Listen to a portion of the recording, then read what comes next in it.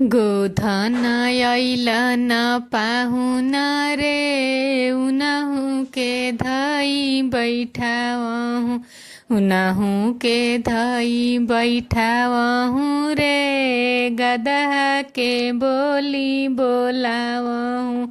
गदहा के बोली बोलावहु रे चूटी के चाल चलावहु चूटी के चाल चलावहु रे मुर्गा के बोली बोलावहु